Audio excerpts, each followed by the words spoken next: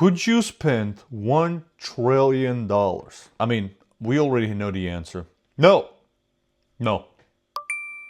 You just got $1 trillion. Not a million, not a billion, God damn. a trillion. But there's a catch. You need to spend all of it in the next 24 hours, or you lose everything. This should be easy. First, you need a new car. Go to your local exotic dealership and buy yourself a Lambo. And a Ferrari. And a McLaren. You know what? Just buy up the entire dealership. Now, you have the $12 million garage of your dreams. But there's one small problem. In order to spend $1 trillion... How would you guys actually spend this? Like, it would be something to do online. Like, could I immediately, fully invest all of it on something? Like, just pick all the possible stocks. Why have I disliked this video? I don't remember why I disliked. I've never watched this video. But could you maybe like invest in something and throw all of that money in it, and it's actually spent? I guess it's not actually spent. I don't know how else you would do it. Like, in 24 hours, you would need to buy out that entire dealership every single second. You need to think bigger. Let's hire 100 people to track down the 100 most expensive yachts and buy them for us. And let's throw in $1 million bonus for each mercenary. That'll be around a $40 billion check, but let's also buy the biggest cruise ship of all time for $2 billion and fill it up to maximum capacity, paying for everyone's tickets and tossing in a Rolex too. Let's make use of this ship's basketball court by buying up every single NBA team and having them battle it out. Then let's get Snoop Dogg, Katy Perry, Justin Bieber, and Beyonce to perform for us before sending them off to the International Space Station on a SpaceX rocket that costs $55 million per passenger. Now that you're hanging with rich people, you need a status symbol. You could buy the world's most expensive art piece for $500 million, but why would you do that when you could just buy the entire Metropolitan Museum of Art for $100 million? Holy shit. Go over to... Transaction failed. There's no way we're already out of money. Yeah, we still have $800 billion. The Metropolitan Museum is an educational institution whose assets are held for the public benefit and are not owned by... You know what? Yeah, I was just thinking that, like, I don't think you can actually buy institutions. Can you? Is this something new to me? This is why I've thought about this many times. There's absolutely no reason for somebody to go over a certain limit of money. Like, it depends on the country, but I'm speaking about the US specifically. Like, for the average person, right? Like, I'm not talking about you buying yachts, you buying mansions, you buying skyscrapers, right? Like, after $10 million, why would you need more? Why? You know what I mean? Making again, let's say you get up to $1 billion. Why would you, like, just in general, like, you can buy everything you need. Most of the people over $1 billion, or even people over 100 million, over $1 billion, let's say, most of they would buy is stuff like these kinds of insane buildings, or some insane art pieces worth hundreds of millions. If there's even, are there art pieces worth hundreds of millions? I don't know. I'm not into that shit, but still, why would you need such a thing? You know, you've got the amount of money that you can spend as much as you want on cars and houses and all of this, and never work, and still have more for way more future generations to come. Why would you need more? The entirety of New York City is worth... Yes, this is the left-leaning side of me getting out of me thinking, after a certain limit, you need to be taxed more. Yeah, I know. 1.3 trillion. That's what I'm saying. There are currently 33,210 vacant units available, so let's hire 33,000 people to snatch those up for us. And of course, throw in... Do I think people that are like over 50 million, 100 million, billion should be taxed way more?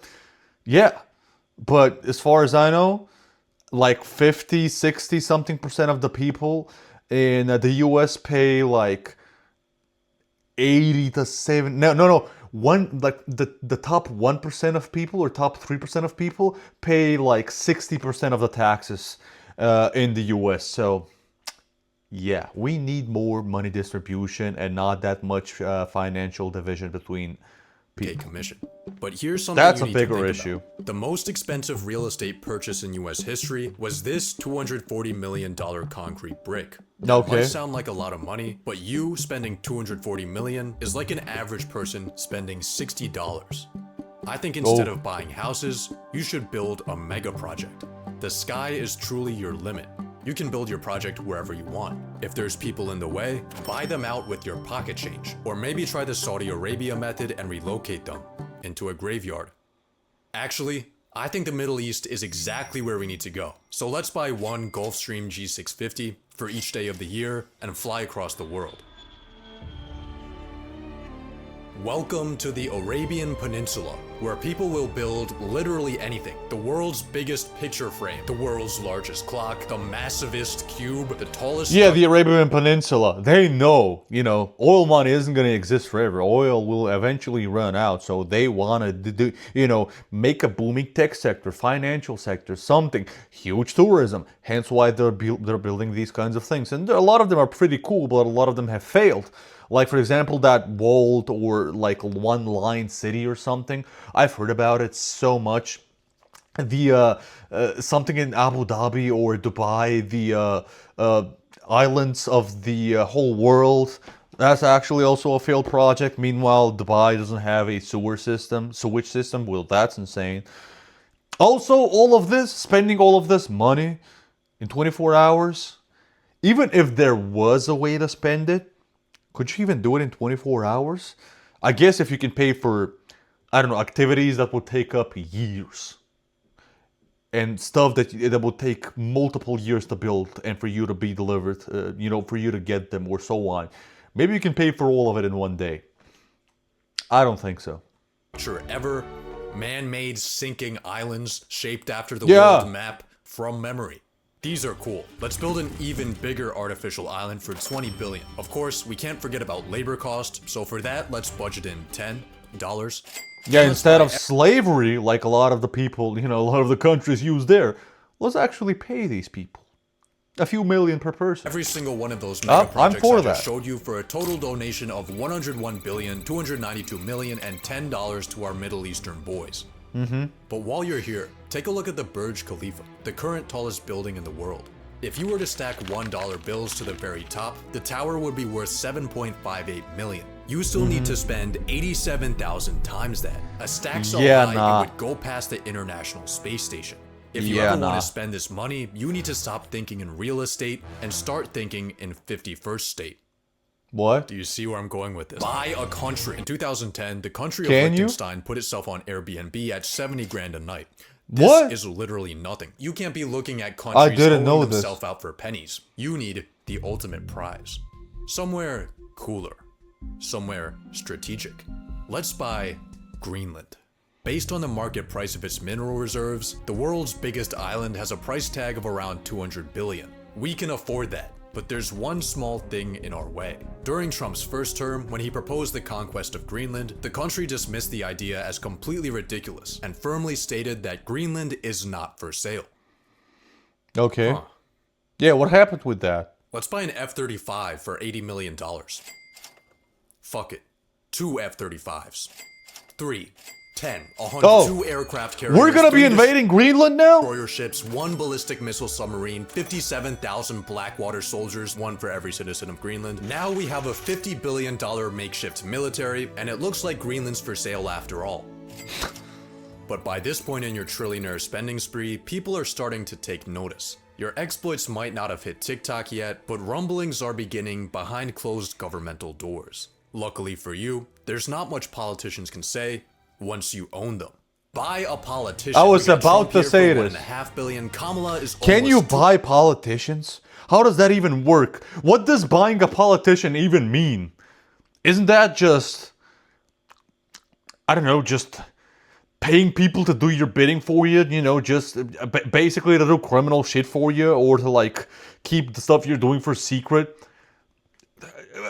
You can't buy a politician. Billion, but you do get a free Joe Biden. Let's buy up both of those and every sitting member of the Senate and House for a grand total of Didn't we just he just mentioned that you can buy an institution, or can you? For the entirety of American politics. This is a great deal, but there's a catch. Money influences politics, but it doesn't always decide it. I mean, look at the presidential race. Democrats outspent Republicans and still lost. More recently, Elon dropped millions of dollars campaigning for an election in Wisconsin, only to find out that shit no longer works when everyone hates you. Even BlackRock doesn't always get what they want.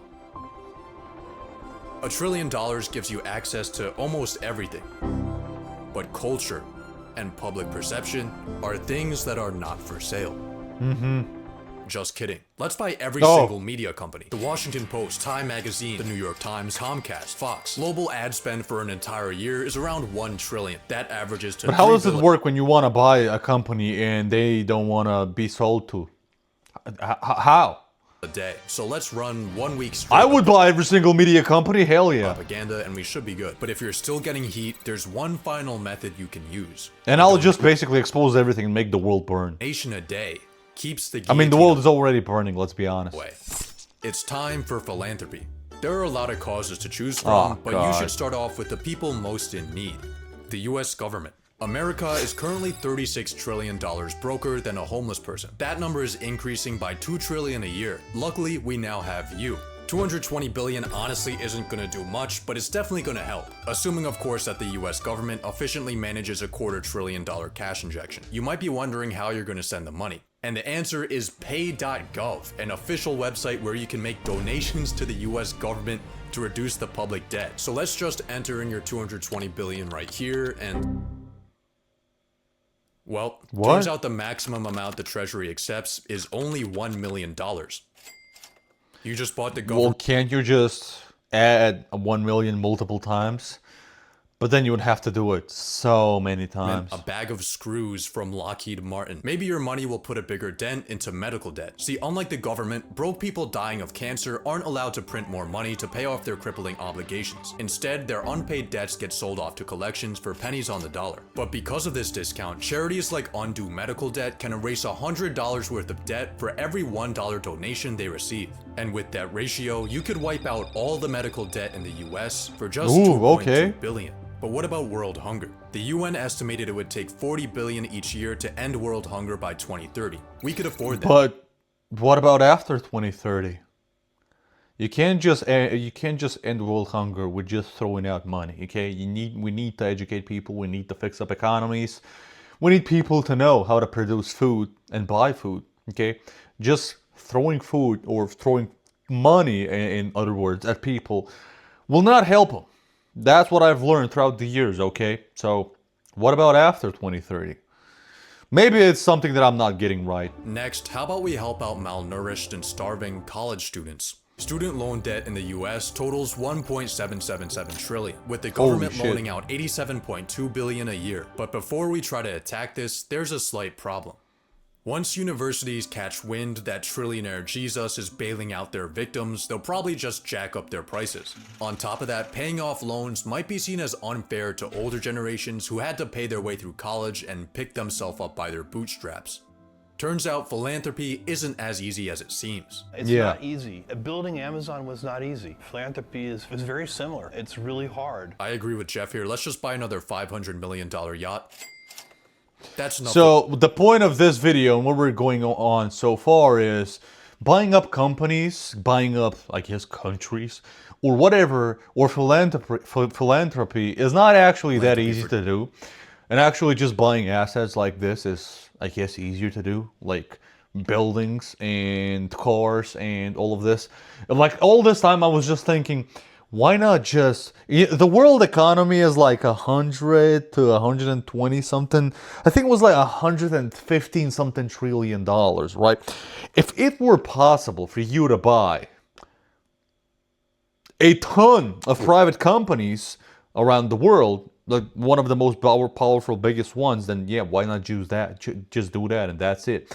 If it was actually possible to just buy them willingly, easily, no problem, they're just going to be allowed to be sold, you know? That's what I mean. Today. You still have $60 billion left, and I think I know how to spend it. It might be semi-cheating, but hear me out. 37% of Americans can't afford an unexpected purchase over $400. Being a trillionaire, your passive income earns you $400 every 0.126 seconds.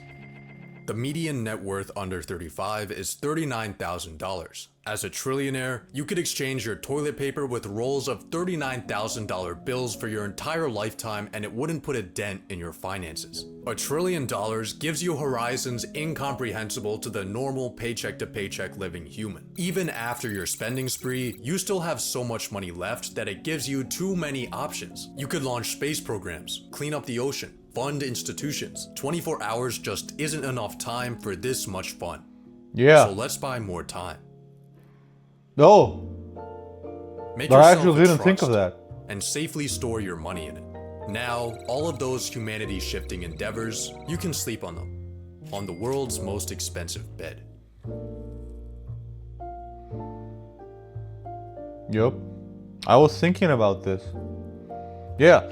Anyway, well, if it was actually possible to spend that amount of money in one day, I guess, you know, like for example, buy a one-bedroom apartment for everybody who's renting and can't own a house. You don't have to buy a house, just want to buy a one-bedroom apartment.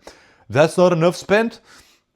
Put 100K in the stock market for every single person. That's not enough. And so I do stuff like this, you know, may help out. And because, you know, the philosophy of this video is if you're not going to spend 100 trillion in one day, then you'll lose it all. So basically it's like, I'm guessing it means if you actually spend it in 24 and after 24 hours, you'll have them. But at the same time, you actually have to spend that money for you actually to have that in assets and investments and so on, not just spend it on, you know, people and the humanitarian stuff, even though, why not do that as well? As I just said, if I live in the US, listen, man, I've got 100 million. Why would I ever need more? I don't want to have kids. Maybe I will one day, but even 100 million is still more than enough for multiple generations. Okay, I'm not gonna be living lavishly. Okay, I don't care about that shit that much. Okay, I would just want to budget travel. That's it. I can still help out most people. Okay, in the world and in my country. Anyway, tell me what you guys think in the comments. Have a nice day.